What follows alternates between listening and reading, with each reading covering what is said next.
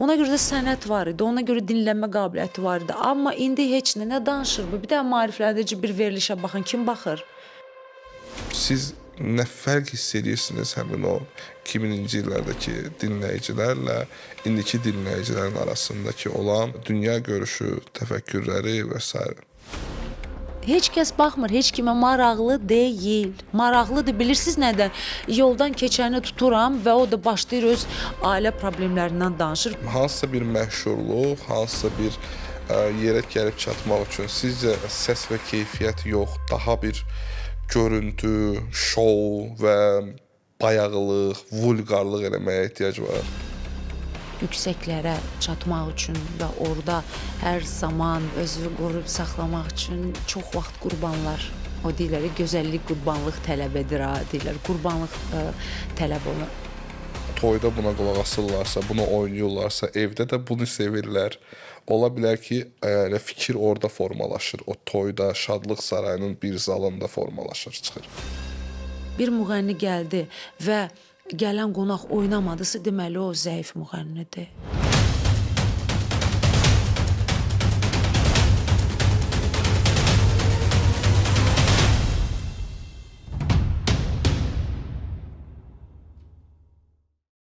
Salam, mən Hüseyn Ağayevin təqdimatında Üzləşmə Plusa baxırsınız və bugünkü qonağımız Samira Ali Məryəm.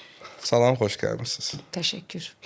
Özünüzü qısaca təqdim edin. Samira Ali Məryəm kimdir? Uşaqlıqdan bu günə qədər qısa, öz dilinizdə hekayəniz necədir? İlk növbədə Allahın bəndəsi, Allahın qulu.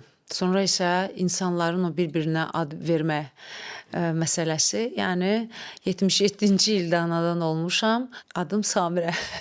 Bakı şəhərində anadan olmuşam. Adım Samirədir. Yəni belə. Uşaqlıqda sizə böyüyəndə kim olacaqsan deyiləndə nə cavab olurdu sizdə?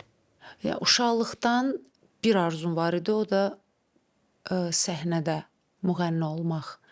Yəni musiqiyə olan maraq o vaxt var idi. Uşaqlıqdan. Yəni mənim yadımdadır ki, mən 5 il Rusiyada yaşamışam və orada bağçaya gedərkən artıq oradan elə oxuyurdum. Yəni bu hobbi deyil, bu hansısa bir, nə bilim, o oxuyur, mən də oxuyum, mən o uşağa baxdım, o qonşunun uşağına baxdım, yox. Bu Allahın mənə verdiyi bir istedaddır və uşaqlıqdan oxuyuram. Sonra Bakıya köçdük, Bakıda məktəbdə xorda oxuyurdum, müxtəlif o, yəni tədbirlər nə keçirirdisə, yəni mən orada mütləq başroldaydım. Dərnəklər var idi bizim o vaxtları, o dərnəklərə gedirdim. Hər yerdə özümü sanki göstərmək istirdim ki, yəni mən müğənni olmaq istəyirəm. Başqa heç bir şey fikrimdə, ağlımda yox idi. Onda belə çıxır ki, sizcə bütün uşaqlar uşaqlıq vaxtında hiss eləyir ki, bu istedad var və bunun dalınca getməlidir? Yoxsa sadəcə siz onu hiss elədiniz? Necə oldu ki, siz başa düşdünüz ki, mən bunu sevirəm və gələcəkdə bu peşənin dalınca gedəcəm? Təbii olaraq indi o uşaqlıq ağlımla, yəni o yadımda deyil necə idi mən o, amma yəni oxuyurdum. Sadəcə oxuyurdum. Yəqin ki, bilirsiniz, insana Allah tərəfindən istedad veriləndə, yəni artıq bu hiss olunur. Bu hiss olunur və həmin insan da öz-özlüyündə onu inkişaf elətdirir. Bəs valideynlər sizi dəstəklədi? Yox. Heç kəs məni dəstəkləmirdi. Nəzərə alsaq ki, indi o vaxtlar üçün ümumiyyətlə xanımın oxumağına biraz pis baxırdılar. Yəni xanım səhnədə. Amma nə bahasına olur olsun, yəni o göz yaşlar axıtdım, əsəb, amma yenə də gəldim, müğənni oldum. Amma indi artıq səhnələrdəyəm. Mənim evdəki olan, yəni ailəmdə belə deyək, kim ki mənə inanmırdı və yaxud da kim mənə narazıçılıq eləyirdi ki, bu sahədə işləməyimdə, çalışmamda, onlar artıq mənimlə fəxr edirlər. Bu məqsədə çatırsan, sonunu demirəm, amma bunun bu dərəcədə olmağını heç ağlıma gəlməzdi. Yəni gözlədiyinizdən az oldu, yoxsa çox oldu? Bu vəziyyətdə olmağını istəməzdim və bu vəziyyətdə heç ağlıma gəlmirdi ki, yəni mənim sevdiyim peşə bu vəziyyətdə olacaq. Bu vəziyyət dediyiniz nədir? Bu vəziyyət bərbad vəziyyətdədir. Bildiyiniz bərbad vəziyyətdədir. Musiqi anlayışı yoxdur. Səhnələrdə, yəni sənət yoxdur. Az var. Ümumiyyətlə təkcə bizim sahə deyil, hər bir ümumiyyətlə bir qlobal bir problemdir. Artıq sənətə, istedada, yəni insani keyfiyyətlərə dəyər verilmir. Verilirsə də barmaqla sayılası bir insanlar var, bir kütlə var ki, onlar hələ də olan bir həyata mı, insani keyfiyyətləri dəyər verirlər. 3-4 il öncə belə bir müsahibə vermişsiniz və demişsiniz ki, artıq heç nə əvvəlki kimi deyil. Mən şou üçün yaranmamışam, mən sadəcə oxuyuram. Sizcə bizim musiqi sənayesi niyə inkişaf yox, daha da dediyiniz kimi geriləməyə və yaxud bərbadlaşmağa getdi? Niyə? Elə hər kəs bu sualı hər kəsə verir də. Elə mən də soruşmaq istəyirəm, niyə? Niyə də? Siz bunun içərisində siz də bilməlisiniz. Yəni düşünürəm ki, deyəsən hər şey sanki nə bilim, ya bir anlıq yeniləşəcək təzədən. Hər şey dağılmalıdır ki, yenidən yeniləşsin və yaxud da ki, bilmirəm, bu daha da bitmək üzərindədir sanki. Ya belə olacaq, ya belə olacaq.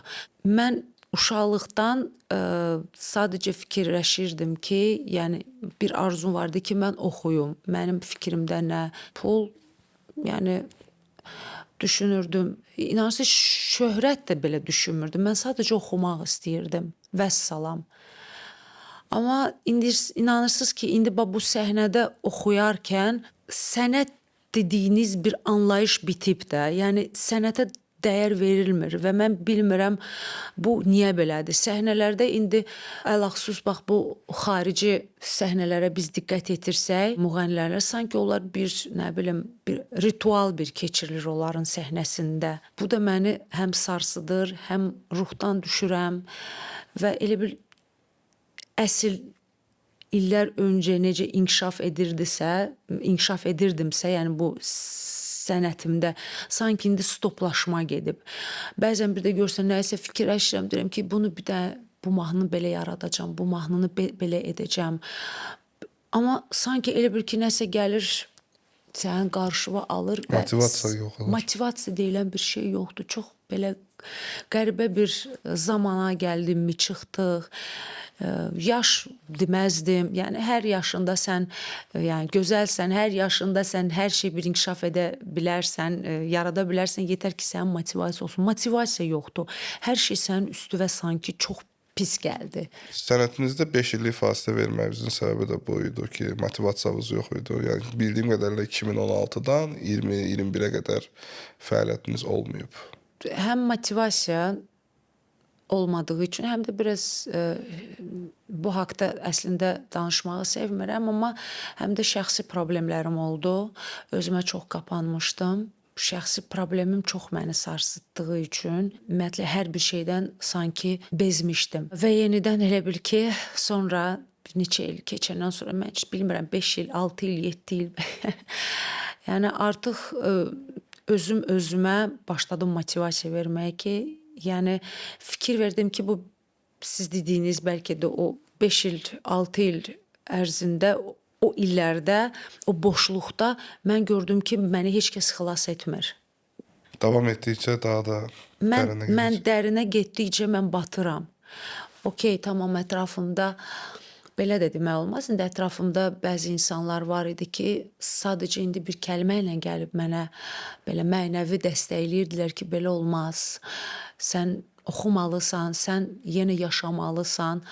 Amma bura qədər, yəni ondan oynasını eləyə bilməzdilər ki, düzdür, mən özüm ayağa qalxmalıydım. Və Allahımla təkbətək dualarım, o yalvarışlarım var idi ya. Təkbətək otururdum və yalvarırdım ki, yəni mən özümə güc gələ bilmirəm. Mən özümü bu necə deyimsə, bir bəladanmı, bir o quyudanmı mən özümü çıxarda bilmirəm. Mənə sən yardım elə, mənə sən kömək elə. Bu yalvarışlarım da öz yerində artıq, yəni bax o özümə motivasiya verə-verə, yəni ki, bu vəziyyətdən çıxdım. və yenə qayıtdım səhnəyə. Əslində səhnədən getməmişdim ha. Sadəcə Yaradıcılıq. yaradıcılıq yenə həm yaradıcılıq da məndə belə sönmüşdü tam da deyə bilməzdim, amma yenə də zəiflədiyi üçün mən səhnələrdə də az-az görsənirdim. Amma artıq qayıtdım belə deyək və yenə də öz fəaliyyətimi davam eləməyə başladım. Nə baş verir? Sonra özümə bir psixoloji bir belə dəstək oldum ki, yəni bu dünyada demək ki, bu ssenari qurulub, bu belə davam eləməlidir. Bu yəni belə başlayıb və belə davam eləməlidir və necə bitəcək o sənlik deyil Samira. Sən sadəcə özünə bir güc toplayıb sən öz işini görməlisən. Çünki biz özümüzə cavabdehik. Mən kiməsə cavabdeh deyiləm, mən kimisə düzəldə bilmərəm, mən bu dünyanı estağfurullah, mən düzəldə bilmərəm. Demək ki, bu əzəldən artıq ssenari yazılıb və bu belə olmalıdır. Amma səhnə məsələsində verilişdən əvvəl də sizə dediyim sözlər yenə də qüvvədədir. Sizin bir çox mahnılarınız 80-90-cı illər uşaqlarında olan uşaqların bir çoxunun əzbərində var, bir çoxunun beynində var, eşidəndə doğma gəlir o mahnılar. Amma sizin üzünüzü çox az adam bilir. Yəni siz bunun səbəbi nədir ki, biz ən çox radioda eşitmişik bu sizin mahnılarınızı, ən çox mən özümdən deyirəm və bir neçə gündür sizin qonaq olduğunuzu biləndən sonra oturub danışdığımız ki, Samira xanım mənə qonaq gələcək və məsələ oradadır ki, hamı kimdir deyəndə mahnı, birinci qoşulan mahnılar, keçmiş o mahnılar hamı bilir, amma üzünüzü çox adam bilmir. Bunun səbəbi nədir? Show biznesdə olmamısınız, yoxsa səhnədə o yerlərdə olmamısınız? Niyə belədir? Niyə hamı sizi gizəmli tanıyır? Yox, tanıyan tanıyır. Niyə? Yox, o qədər də. Məsəl üçün demirəm tanınmırsınız. Yox, o mənə demirəm. Mahnılarınız üzünüzdən daha çox tanınır. Yəni ki, mənə razı olarsınız. Bilirsiniz, daha çox, yəni ilk mənim mahnım Qayıtdı Xəyallar mahnım, daha doğrusu populyar olan mahnım radiolarda populyar oldu. Yəni efirə çıxmadan. Yəni sadəcə gəldim bir mahnı idi, yazdırdım və sonra o mahnı radiolara verildi və o mahnı inanırsınız radio dalğalarından enmirdi də, yəni elə o pillələrdə qalırdı. Axırda hətta özümüz zəng elirdi ki, da o pillələrdən o pillə var idi 10 pillədə. Top 10 yəni falan. bu həftə top 10-luq ki, bu həftənin ən hit olan mahnılar. Yəni mən daim o birinci pillədə idim, enmirdim o pillədə. Axırda özümüz zəng elirdi ki, dayı götürün o mahnını da, yəni yetər də qoy başqa mahnı, yəni birinci pillədə olsun. O qədər sevilirdi o mahnı, o qədər sevilirdi. Yəni mən bu qədər onun uğur qazanmasını bilməzdim. Və o radiolarda məni eşidəndən sonra yavaş-yavaş başladılar dəvət eləməyə efirlərə. Və sonra da ümumiyyətlə mən indi də mən seçim eləyirəm. Mən seçici bir insanam. Hansı verilişə dəvət aldığımdan baxıram, nə verilişdir. O mütləq diqqət yetirirəm. Orada nə mövzuda, aparıcı kimdir, nə danışacaq, nə sual verəcək. Nadir hallarda ola bilər ki, hansısa bir verilişdə artıq məcburən özüm getmişəm. Bir dost xatirinəmi və yaxud da ki, məsələn, tutalım deyiblər ki, belə də olmaz da. Yəni ki, artıq budur da. İndi biz heç bir şey edə bilmərik də. Zaman budur. Artıq səhnə budur. Sən qəbul elədin, eləmədin, bəyəndin, bəyənmədin, amma belə də olmaz da. Yəni ara bir verilişlərə də belə çıxmalısan da. Ona görə də mən o verilişlərə də bəzən belə olub gəlmişəm. Çox sağ olsunlar. Hətta o verilişlərdə də mən o qədər hörmət yəni bəsləyiblər. Sadəcə o verilişdə yəni hiss eləmişəm ki, yəni mənlik bir veriliş deyil də. Yəni oradakı olan bir söhbətlər, bəlkə də qonaqlar, bu havası yəni mənim üçün deyil. Mənim intellektuallığım üçün yəni uyğun gəlmir də. Yəni mən o verilişə PR gətirəcək bir xanım deyiləm, müğənni deyiləm. Show biznes adamı deyilsiniz. Mən show biznes adamı deyiləm. Bəzən deyirlər ki, necə show biznes adamı deyirsən, amma show biznesdasan. Vallahi mən həmişə incəsənət aləmin olan bir insanıyam. Nümayəndəsiyəm. Mən incəsənətlə məşğul oluram. Sadəcə yenə deyirəm, zamanə dəyişir. Yəni sən para da qazanmalısan. Sən yəni hər dəfə elə yəni mən də elə incəsənət deyə axı mənim də axı övladlarım var, mənim öz həyat yaşayışım var və mən bunu yaşamalıyam. Mən irəli getməliyəm və ona görə də biraz bir balaca fərqli olub da. Yəni gedirik toylarda da oxuya bilərik. Yəni bu dediyimiz şou proqramlar, el şənlikləri orada oxuyuruq. Çünki başqa cürə alınmır.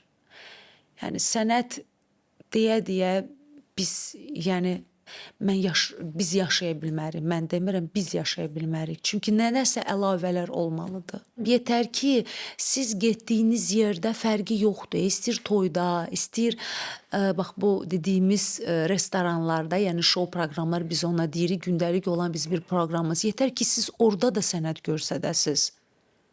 O çox önəmli bir şeydir. Məsələn, mən oxuduğum o yerlərdə də, o harda ki mən qazandığım mənbə yerlər var. Orada da çalışıram o sənətimi təbliğ edəm, sənətimizi təbliğ edəm və orada da inanırsınız ki, qulaq asırlar bizə. Hər şey oynamaqla bitmir ki. Düşünürlər ki, hələ oynamalısan. Yox, inanırsınız gəlir bizə o qədər qulaq asırlar. Mənimlə yanaşı olan o qədər həmkarlarım var ki, toyda da belə sənət göstərirlər, onları alqışlayırlar. İncəsənətdən danışmışsan, belə bir sual vermək istəyirəm. Musiqidə sizin üçün ən əsas nədir? Sizin üçün deyəndə ümumiyyətlə, yəni musiqidə ən əsas olan nədir? Səs, oxuma tərzi, yoxsa sözlərin verdiyi mesaj? Yəni mahnı qurarkən əvvəl ritm gəlir, yoxsa fikir? Bilirsiniz, biz müğənnilər üçün ilk növbədə hamı bir-birini zəncirvaridir, amma yenə də musiqini dinləyirsən də. Musiqi bir dənə, xoşuma gəldi. Nə gözəl musiqidə ritmlər var. Gözəl qarmoniyası var. Artıq deyirsən ki, nə gözəl mahnıdır. Bir dənə sözlərə də diqqət yetirim. Amma ilk növbədə musiqiyə diqqət yetirirsən. Özümüz musiqiçidə, yəni ifaçı olduğumuz üçün bizə musiqi önəmlidir. Sonra isə sözlərə fikir veririk. Söz bəyənməsək, xoşumuza gəlməsə, sözdə axı musiqinə uyğunlaşmalıdır. Çünki, okey, tamam, ilk növbədə musiqini bəyəndik, amma davamı gəlir söz. Orada söz, yəni gözəl olmasa, uyğun olmasa musiqi ilə. Ola bilər ki, musiqinin dadı gedə bilər, belə deyək də, musiqinin o rəngarəngliyi də gedə bilər. Ona görə mən düşünürəm ki, zəncirvari olan bir şeylər. Sonra aranjman da gözəl təqdim olunmalıdır. Məsələn, o qədər olub ki, məndə o mahnını ifa eləmək istəmişəm, amma getmişəm, yəni yaxşı aranjman etməyiblər. Mənim ürəyim istədiyim kimi, hiss etdiyim kimi o aranjman mənim üçün təqdim olunmuyub. Artıq mahnını belə oxumaq istəməmişəm. Yəni mahnı artıq elə bir ki, gözümdən düşüb də. Başa sala bilirəm. Belə. Və sonda da qalır bizim ifamız. Elə səs var ki, o mahnını da Uyğun gəlmir o mahnıya. Mahnını yəni za eləyə bilər. Belə deyək də, Lori dildə. Elə səs də var ki, mahnını bax, elə balaca səslə, amma bir dənə gözəl ifa edə bilər, bir dənə gözəlləşdirə bilər o mahnını. Yəni səsdə də şirinlik olmalıdır, səsdə ürək olmalıdır. İnsan bir işi görəndə hiss eləməlidir, hissləri olmalıdır. Mən ümumiyyətlə hər bir işdə, işimdə də, hisslərdə də, istər dostluq olsun, istər ana hissləri, mən ürəklə hərəkət eləyən bir insanam. Mən çox əfsuslar olsun, çox nadir hallarda nəyisə düşünürəm, amma əsas burayla, ürəklə hərəkət edirəm. Bəlkə də odur mənim problemim. Amma bəzən də ürəyimiz bizi aldadırdı. O hisslərə qapılıb səhv qərarlar Ona görə verir. deyirlər ki, ilk növbədə ürəklə yox, ağılla iş görmək lazımdır. Mən isə çox əfsuslar olsun ki, mən ürəyimlə, yəni bu ürəyim hiss nə edirsə onu da edirəm. Amma bəzən də deyirəm, nə yaxşı ki, mən ürəyimlə, hisslərimlə hərəkət edirəm. Demək ki, mən canlıyam. Mən bəlkə də burayla hərəkət eləsəydim, demək ki, mən robot olacaqdım. Əslində musiqi incəsənət də ürəyin bir qidasıdır da. Ürək üçün yazılan ürək üçün deyilən bir şeydir. Ürəyim istəmədiyi mahnını ifa edə bilmirəm. Bəzən bir də görürsünüz ki, bəzən o qədər ürəyimdə sözlər var, o qədər deyiləcək sözlərim var və onları gözəl şəkildə bəlkə də təqdim edə bilərəm. Amma qarşımdakı olan insan və yaxud da ətrafımda olan insanlar həmin dəqiqə o insanlar deyirlər və yaxud da düzgün şəkildə sənə qulaq asmırlar, mənim bütün fikrim dağılır.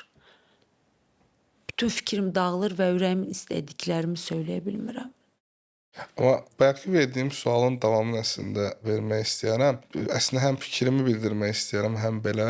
Bayaq danışdıq ritm, musiqi, sözlər və s. O musiqidə olan fikirlər. Bəs bir çox müğənnilər mənə elə gəlir ki, hal-hazırdakı və indiki dövrdə, məsəl üçün toylarda daha çox çıxış eləyirsə, toylardan daha çox mənbə əldə eləyirsə, o fokuslanır ki, o ritm toydakı insanların ritminə uyğun gəlsin. Artıq biraz musiqini biraz formalaşdırır da. Məncə əvvəlki vaxtlarda belə deyil idi. Əvvəl yaxşı musiqi var idi və ona seçilmiş sözlər var idi. Amma indi adamların fokusları var. Bir çox müğənnilərin, sənətçilərin ki, mən burada oxuyuramsa, mənim fokusum məsələn toydursa, mənim indi yazdığım musiqi və yaxud səsləndirdiyim, ifa elədiyim mahnı həmin o toya uyğun olmalıdır. Yəni efir üçün və yaxud bir konsert üçün fikirləşirmir də insanlar üçün. Sırf ora fokus olur ki, mən o toyda insanları oynadacağam, o ritm ora düz gəlməlidir və oradan çıxmamalıyam deyə bir fikir var. Bu sizcə bu incə sənəti, musiqini necə təsir edir, necə yoldan çıxardır, yoxsa bu normaldırmı? Əvvəl dinləmə qabiliyyəti var idi. Dinləyirdik və musiqidən həzz alırdıq. Ağsaqqalların, ağbirçəklərin məsləhətini dinləyib və ondan bir ibrət götürürdük. Dinləyirdik. İndi dinləmə qabiliyyəti yoxdur. İndi siz dediyiniz kimi, bəli. O bayaqki elə danışdığım söhbət ki, indi oradan da ritmlərə üstünlük verirlər və ümumiyyətlə o qədər, yəni çox acınacaqlıdır əslində. Bəzi bu fərq etmir, restoran, hansısa bir, yəni şirkət, nə bilim, onların sanki bir fikri bilirsiniz necədir, intellektualmı, şuurları zəif olduğundanmı bilmirəm. Çağırdığı müğənnini sanki deyirlər ki, elə bir müğənni dəvət eləyin ki, gələn qonağı oynatsın. Rakada çıxadı ancaq. Söhbət Rakıdaçıqıdan da getmir. Olsun Rakıdaçıqıdır. 6-8-dir. Nə olar ki? Gözəl şəkildə onu təqdim elə. Fərq etmir. Ritmlər elə olsun ki, yəni bura gələn qonaq oynasın. Yəni bunların düşüncəsi bilirsiniz necədir? Əgər məsələn bir müğənni gəldi və gələn qonaq oynamadısa, deməli o zəif müğənnidir. Çox belə əslində Acınacaqlı. acınacaqlı bir vəziyyətdir ya, sizə deyim. Yəni mən bəzən bir sənət həmkarım var, bu yaxınlarda mənə yığdı, dedi ki, mən deyir öz-özümə deyir düşünürəm ki, yəni səsim də var, yəni görünüş falan nə deyirsiniz də indi belə. Yəni əsas deyir mənim səsim var. Deyir mən artıq deyir oxuyuram, nə istəyirsən oxuyuram da. Deyir mən nə etməliyəm ki artıq? Nədir mənim mahnılarımda düzgün bir şey deyil ki, mən anlamıram. Niyə mən belə stopda, yəni bu sənətimdə stopdur.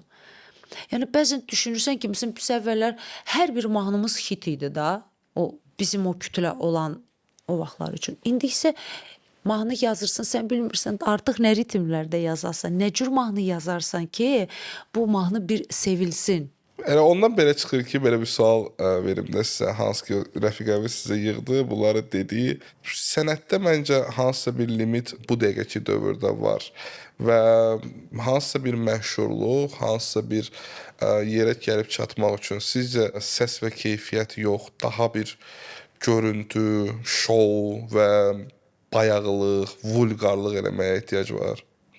Bəlkə limit oradadır ki, hal-hazırda sizin rəfiqəniz onu eləmir deyə o yuxarı qalxmır və bazar, belə deyim, tələbat ondadır.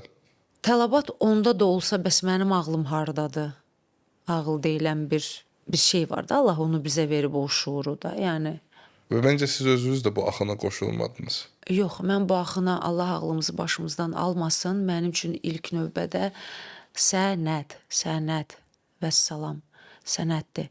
Yəni bilirsiniz, yenə deyirəm, bu qlobal bir artıq qərbdən bizə gələn bir təzyiqdir və şeytanın qurduğu bir tələdir insanlara. Şeytan hər tərəfli insanı əzmək üçün, məhv eləmək üçün hər tərəf həyatdan belə deyək də bir yol tapır. Ən asan yolu da onun puldur, bir də ki bu musiqidir. Çünki musiqini hər kəs sevir, musiqini hər kəs dinləməyi sevir. Əhval-ruhiyyəsi yaxşı da olanda, pis də olanda.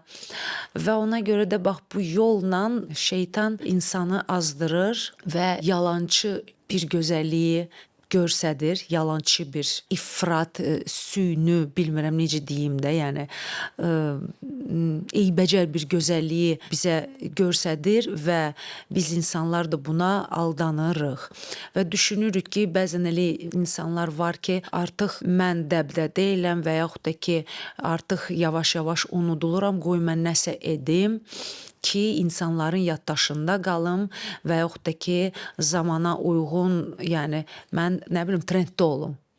Belə deyirlər də, hə? Yəni mən razısınız ki, indiki dövrdə trend Və olmaq üçün ona görə də bunu edirlər öz nəfslərinə. Yəni nəfs deyilən bir hiss var. Biz onunla mübarizədəyik qiyamət gününə qədər və kim harda necə büdürüyor? Mən hansı bir hisslərimdə, hansı bir hərəkətlərimdə mən bir cür büdürürəm, filan kəs bir cür büdürür və əksəriyyət yəqin ki, ona görə orada zəiflik hiss edir, unudulmaqdan bəlkə qorxur, səhnədə unudulmaqdan və yaxud da ki, pul, para az qazanmaqdan və ona görə də yəqin bunu edirlər. Yəni indi siz mənə razısınız ki, hal-hazırda o ən məşhurluq zirvəsinə çatmaq üçün vulqarlıq, şou göstərmək lazımdır. Ümumiyyətlə pik vəziyyətə çatmaq üçün, yəni daha yüksəklərə çatmaq üçün və orada hər zaman özünü qoruyub saxlamaq üçün çox vaxt qurbanlar, o deyirlər, gözəllik qurbanlıq tələb edir, deyirlər, qurbanlıq tələb olunur. Amma mənim təsəvvürümdə gözəllik keyfiyyət tələb edir. Yəni əsas keyfiyyət olmalıdır mənim üçün. Yenə deyirəm, o dediyiniz o tələblər mənim üçün qurbanlıqdır da, yəni o qurbanları verməlisən. Hal-hazırdakı ən çox istifadə etdiyimiz platformalarda belə bəzi şəxslər var ki, onların baxışları, kliplərinin və musiqilərin, mahnılarının baxışları milyonlarla, amma məsəl üçün sizdə baxış 100, 200 min, 300 min belə baxışlarınız var. Nədir bunun səbəbi və niyə estradada əvvəlki kimi bizim uşaqlıqdan bəri tanıdığımız insanlar deyir də, adının nə bilim eşitmədiyimiz, bəlkə də indi eşidəndə şoka düşəcəyimiz bayağı insanlar var. Necə oldu gəldi bura çıxdı? Yəni bu bayağılıq, siz dediyiniz bayağılıq hər zaman var idi. Sadəcə bunu efirlərə, yəni bir senzura deyilən bir şey var idi televiziyalarda və ona görə də senzuraya uyğun, yəni bu ifaçılar ümumiyyətlə buraxılmırdı və onlar hər zaman belə də daha çox toylarda iştirak edirlər və ümumiyyətlə bir şey istədiyim, əslində dinləyici üçün daha çox biraz rahat musiqi qəbul olunur. Amma sənət aləmində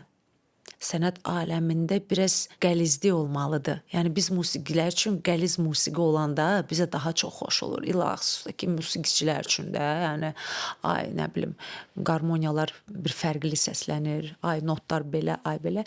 Onlar üçün daha maraqlı gəlir. Amma dinləyici üçün, tamaşaçı üçün onlar biraz rahatçılığı sevirlər.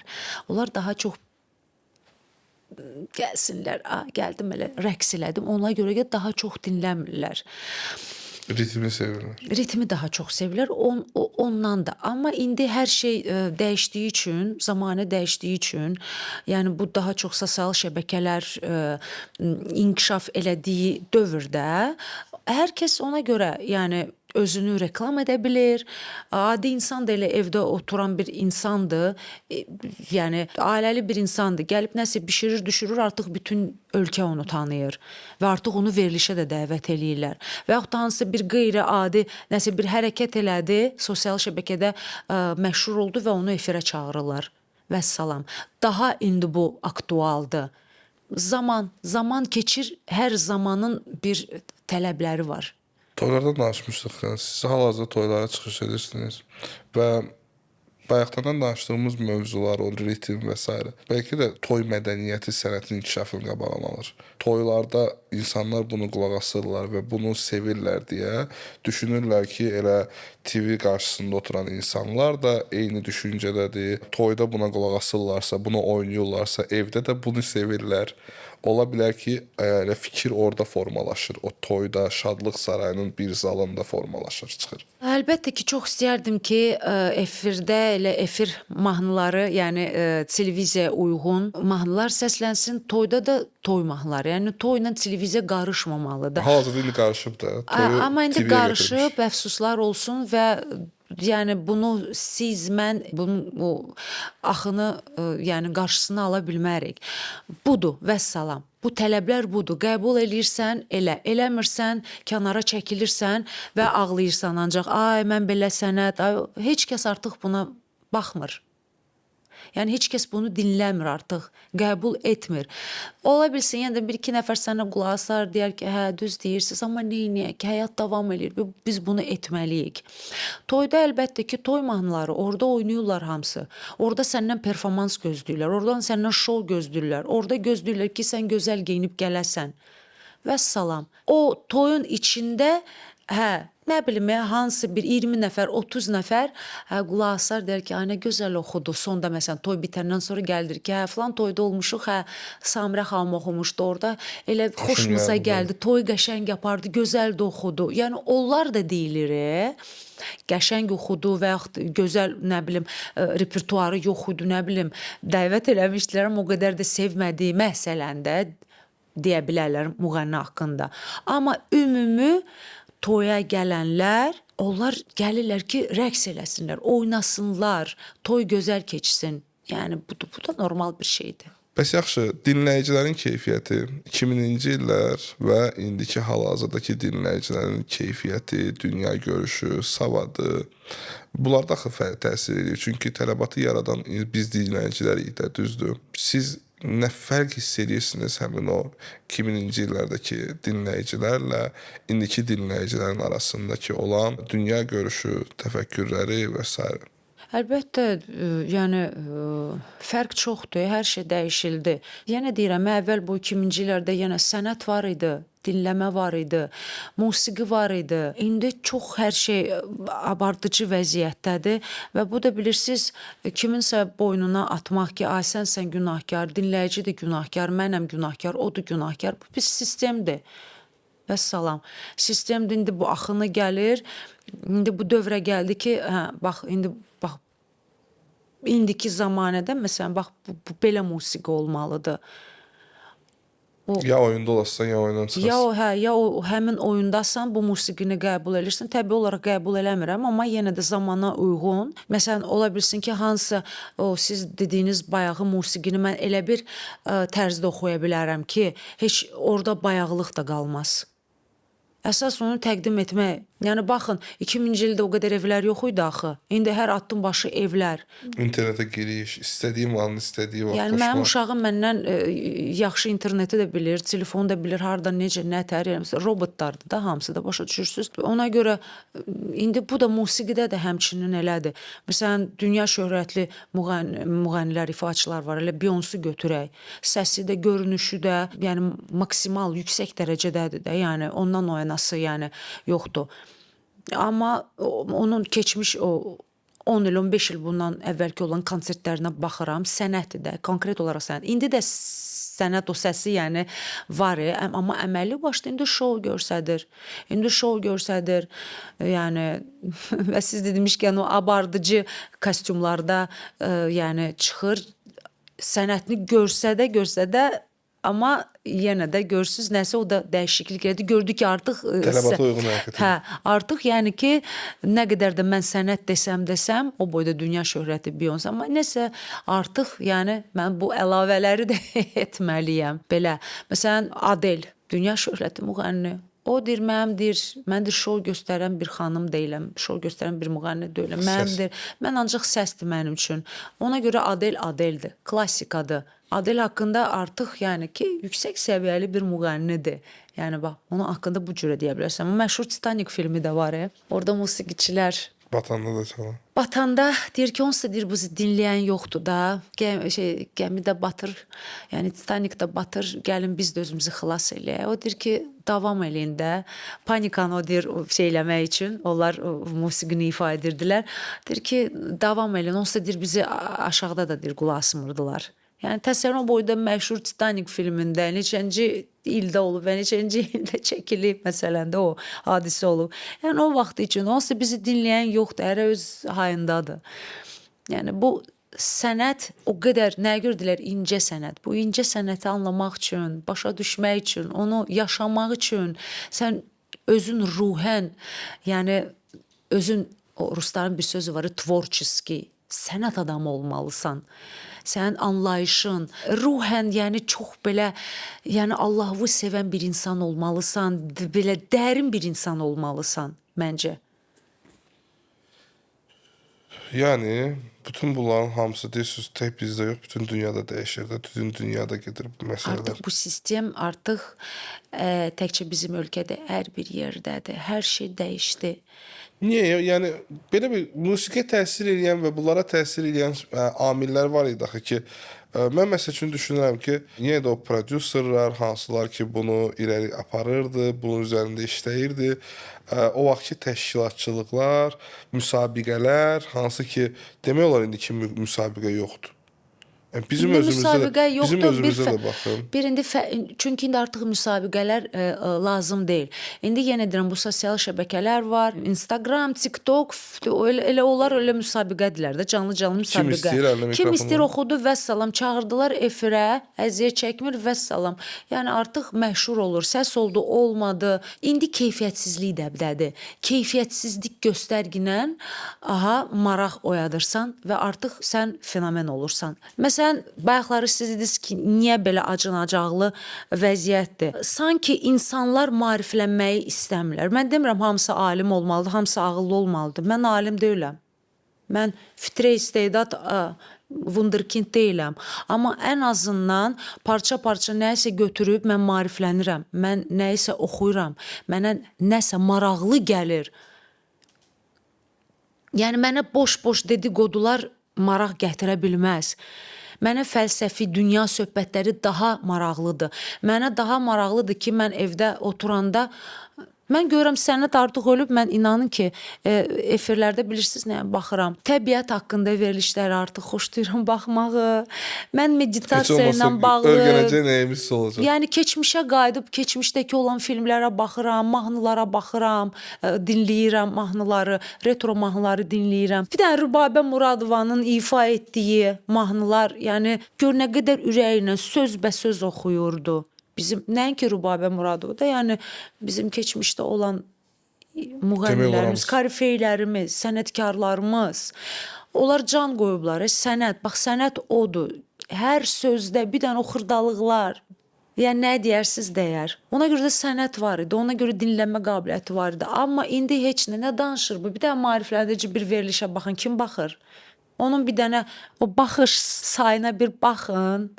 Heç kəs baxmır, heç kimə maraqlı deyil. Maraqlıdır, bilirsiniz nədən?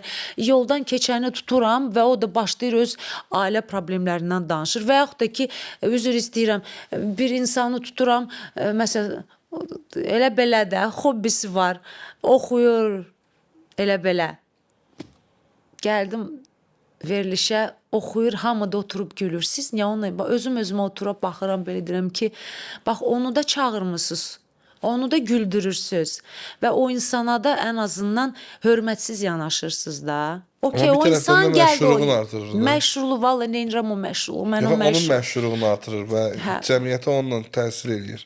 Dəli küləyim sizin ən tanınan işlərinizdən və mahnınızdandır və Röya ilə duet, sonra solo və sonra ən sonda Prometey ilə yeni versiya. Bir mahnının 3 fərqli təqdimatının məqsədi nə idi və özünüz hansı versiyanı daha çox sevirsiniz? Mahnı həddən artıq çox sevildiyi üçün ona görə bu qədər cover olundu.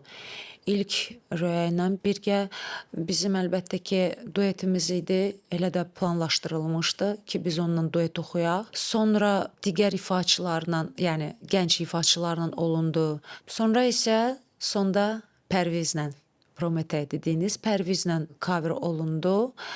Mahnı çox sevildiyi üçün, yəqin ki, belə ehtiyac duydunuz ki, ehtiyac duyulur hər dəfə. Hər dəfə də qulaq asılır. Hər dinlənilir? dəfə yəni belə yəni cover olunsun. Çünki özüm də həm Röya xanım, həm mən biz bunu soloda ifa edirik. İllər keçir, artıq bilmirəm neçə il keçib mahnıdan, amma mahnı hələ də aktualdır. Hələ də hitdir.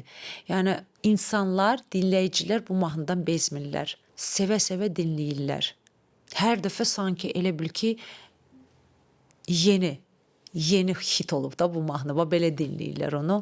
Bu da gözəl göstərici bir haldır məncə. Mənim Qayıtdı Xəyallar mahnım da belə çox sevildiyi üçün o da çox cover olundu və digər ifaçılar da onu ifa etdi o mahnını sonradan. Əslində elə mahnılar var ki, hansı ki doğrudan da neçə il keçir, onlar yeniləndikcə daha Sanki çox Aysel düz Şükrü deyirsən, yenilənirlər. o vaxt Обновление. o vaxt çıxanda Aygün xanım onu oxuyanda bir çox hamı dinləyirdi. Sonradan daha başqa insanlar oxudu və hər dəfə o mahnı Möhürünü qoymuş dinlənilir. bir mahnılardır. Bəli. Əksəriyyət mahnıları hit eləyəndə dinləyicilərdir. Çünki onlar birinci dinləyirlər. Bəzən biz mahnılarımızda bəzən yanıla bilərik. Məsələn, düşündüyümüz mahnı ki, ay hit olacaq, amma heç də hit olmur. Biz onu bəyəndiyimiz üçün, biz başqa bir rakursdan o mahnıya baxdığımız üçün.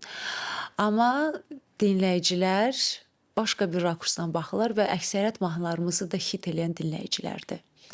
Bəyənən onlardır. Onları belə deyək, yaşadan dinləyicilərdir. Bu podkast ərzində demək olar ki, bir saata yaxın danışıqlarımızın içində bir çox dəfə dediniz qəlbin səsi, ürəyin ağlı və hər şey ürəklə olduğunu qeyd elədiyiniz üçün belə bir sual verirəm ki, bu da sual da sizin əslində fikrinizdən irəli gəlir. Belə bir fikriniz var ki, güzgüyə gec-gec baxmağa çalışıram. Hər bir insanın qəlbi onun aynasıdır. Belə bir fikir istifadə eləmişsiniz və güzgü mahnınızın buradan ideologiyasını bilmək istəyirəm. Güzgü, qəlb, yəni bu qədər Yox, təsadüfdür, yoxsa varmı hansısa bir həyatda belə deyək də, hər danışdığımız söz belə, elədiyimiz hərəkət enerjidir. Yəni hər bir sözümüzlə, hərəkətlərimizlə, hətta ifa edəcəyimiz mahnılarla da, yəni imtahan olunuruq. Həyatda təsadüflər yəni olmur. İfa edəcəyimiz mahnı da sonra əksini bizə zamanla göstərir. Sına belə deyək də o mövzuya qapanmasam da, amma deyəcəyim o söz, yəni enerji. Yəni mənə qayıtdı və o güzgü mahnısında əslində keçmişdə yaşadığım travmaları sanki mənə o güzgü, o ayna göstərdi. Mən bir daha onları yaşatdım, mən bir daha onları analiz etdim.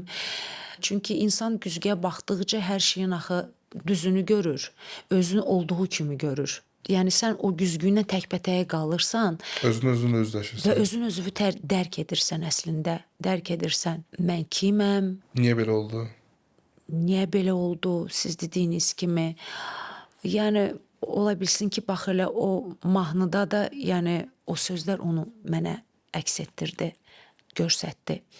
Daha çox travmalarımla, keçmişimdən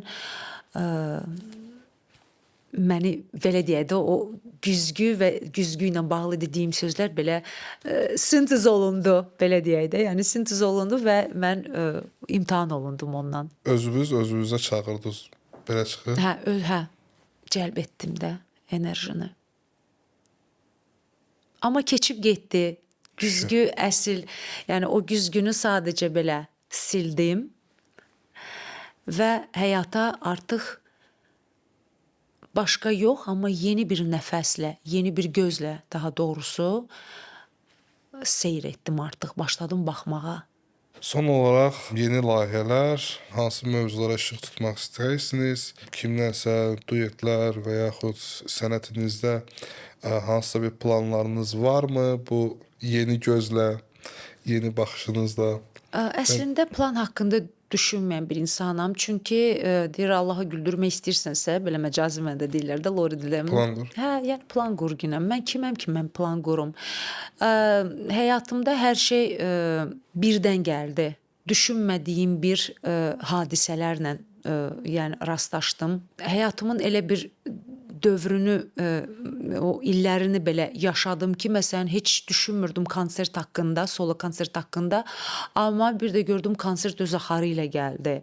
İndi isə amma əksinə, məsələn, düşünürəm ki, bir solo konsert təqdim edim, amma nəsə alınmır, nəsə ya motivasiyadan düşürəm, ya nəsə istədiyim kimi o mən gördüyüm kimi o konserti, təqdimatı reallaşdıra bilmədiyim üçün, görmədiyim üçün daha doğrusu onu reallaşdıra bilmirəm. Belə nüanslar var.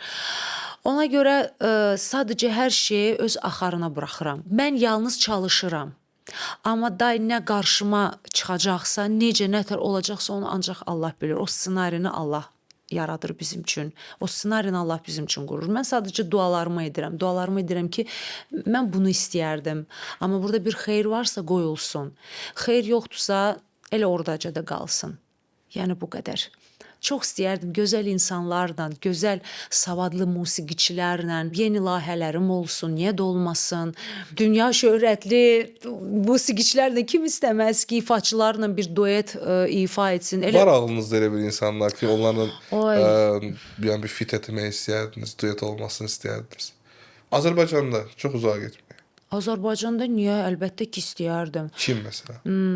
Mənəvi cəhətdə istədiyim müğənni ilə duet yazdırdım. Fərqanə xanım Qasımova ilə. Nə istəyirdimsə onu da əldə elədim. Başqa da müğənnilər var ki, onlarla da çox istəyərdim duet. Çünki janrımız da uyğundur, dünya baxışımız da eynidir. Həm musiqidə, həm fikirlərimiz də eynidir. Çox istəyərdim. Yəni belə. Əsas savadlı musiqiçilər olsun. Yəni sözün əsl mənasında sənətini bilən insanlar olsunlar. Onlarla işbirliyimiz də belə olan anda biz bir-birimizi anlayaq. Anlayışımız olsun, enerjimiz olsun. O Eyni frekansda olsun. Bəli, eyni biz dalğada olaq. Çünki çox önəmlidir. Ola bilər ki, bir insanın səsi var, amma mənim ondan enerjim tutmaya bilər. O nə onun günahıdır, nə də mənim günahımdır. Nə onun problemidir, nə onun səhvidir, nə də mənim səhvimdir. Sadəcə enerji çox önəmlidir. Yəni belə. Çox sağ olun gəldiniz. Mən sizə təşəkkürümü bildirirəm. Çox sağ olun. Mən çox istəyərdim. Çox istəyərdim. Həyatda da elə, səhnədə də hər şeyin savadlı şəkildə hər şey olsun. Savaddan da əlavə hər şey ürəklə olsun. Çalışdığınız sahədə çalışın, ürəyinizi qoyasınız. İstədiyiniz işlə məşğul olasınız. İstədiyinizdən də əlavə bacardığınız işlə məşğul olasınız. Çox önəmlidir. İnşallah. Çox sağ olun. Bir daha gəldiyiniz üçün gələcək işlərinizdə, layihələrinizdə bol-bol uğur. İnşallah dediyiniz kimi həyatda hər şey ürəyinizcə olsun. Əsas olsun ki, ürəyiniz qidalansın onunla. Belə, çox sağ olun, yenə minnətdaram. Sağ olun. Bu videonun da sonuna gəldik. Üzləşmə Plusa baxırdınız. Gələcək bölümlərimizdə qonaq qismində kimləri görmək istəyirsinizsə, şərh bölməsində qeyd etməyi unutmayın. Kanala abunə olmağı, dostlarınızla paylaşmağı və videonu bəyənməyi əsirgəməyin. Özünüzə və üzünüzə yaxşı baxın.